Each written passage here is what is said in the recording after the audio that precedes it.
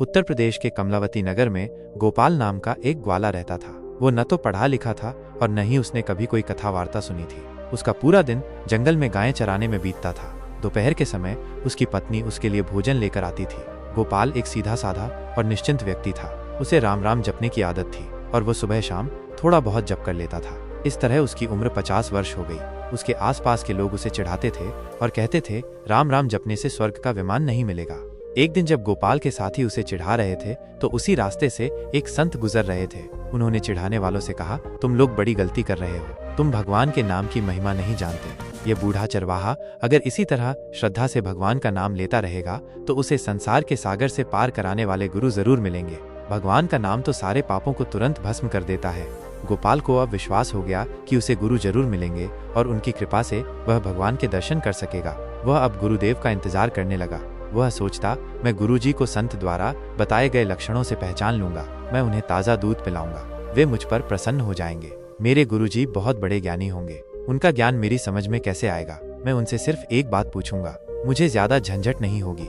गोपाल की उत्सुकता बहुत तीव्र थी।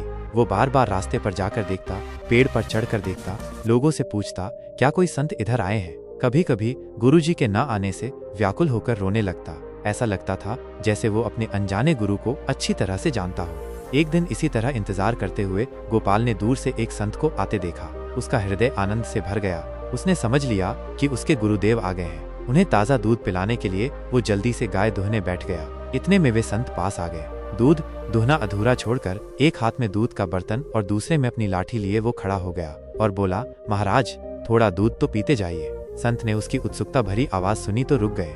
गोपाल के हाथ तो दूध दुहने में लगे थे। संत के सामने जाकर उसने अपना सिर झुकाया और सरल भाव से बोला, लीजिए, यह दूध पी लीजिए और मुझे उपदेश देकर कृतार्थ कीजिए। मुझे इस भवसागर से पार कर दीजिए। महाराज, अब मैं आपके चरण नहीं छोड़ूंगा। दूध का बर्तन और लाठी एक तरफ रखकर वो संत के चरणों से लिपट गया। उसकी आंखों से आंसू बहने लगे। संत ये सब देखकर एक पल के लिए चकित रह गए। फिर गोपाल के सरल भक्ति भाव को देखकर उन्हें बहुत प्रसन्नता हुई। उन्होंने गोपाल से घर चलकर स्नान करके दीक्षा लेने को कहा। गोपाल बोला, महाराज, मुझे तो सिर्फ जंगल में गायें चराना आता है। मैं स्नान पूजा नहीं जानता। मैं कभी कभी घर जाता हूँ। मैं गंवार हूँ, मुझसे ज्यादा बातें नहीं हो पाएंगी। मैं उन्हें भूल जाऊंगा। आप मुझे कोई एक बात बता दीजिए और अभी यहीं बता दीजिए, मैं उसका पालन करूंगा। ऐसे भोले भक्त पर तो भगवान भी प्रसन्न हो जाते हैं। संत ने मानसिक रूप से भारत शुद्धि आदि करके अपने कमंडलू के जल से उस पर छींटे मारे और मंत्र देकर बोले, देखो, अब से तुम्हें जो कुछ भी खाना हो भगवान गोविंद को भोग लगाकर ही खाना। इसी एक उपाय से तुम पर गोविंद भगवान की कृपा हो जाएगी। गोपाल ने पूछा, महाराज, मैं आपकी आज्ञा का पालन तो करूंगा, लेकिन गोविंद भगवान मुझे कहाँ मिलेंगे कि मैं उन्हें रोज भोग लगाकर भोजन करूंगा। संत ने भगवान के स्वरूप का वर्णन करके कहा, भगवान तो हर जगह हैं, सबके भीतर हैं। तुम उनके रूप का ध्यान करके उन्हें पुकार लेना और उन्हें भोग लगाना।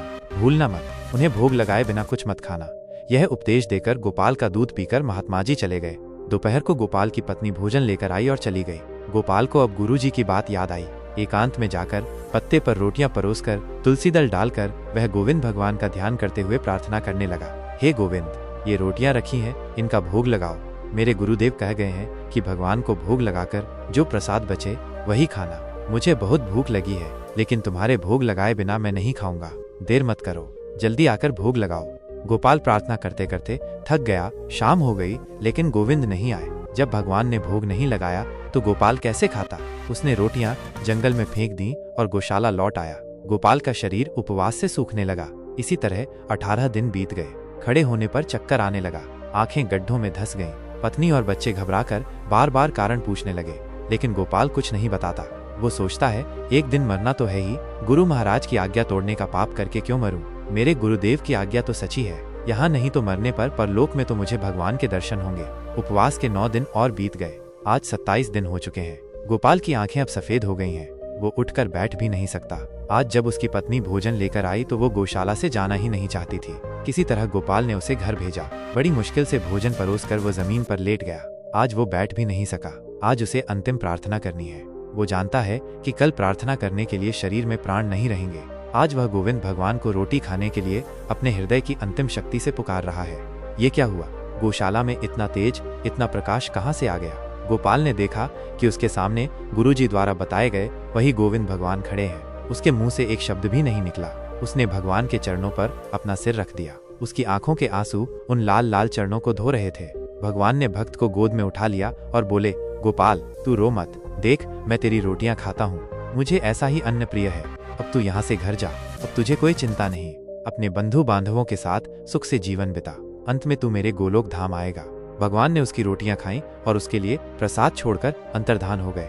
जैसे ही गोपाल ने वह प्रसाद ग्रहण किया, उसका हृदय आनंद से भर गया। उसकी भूख प्यास, कमजोरी, थकावट सब पल भर में दूर हो गई।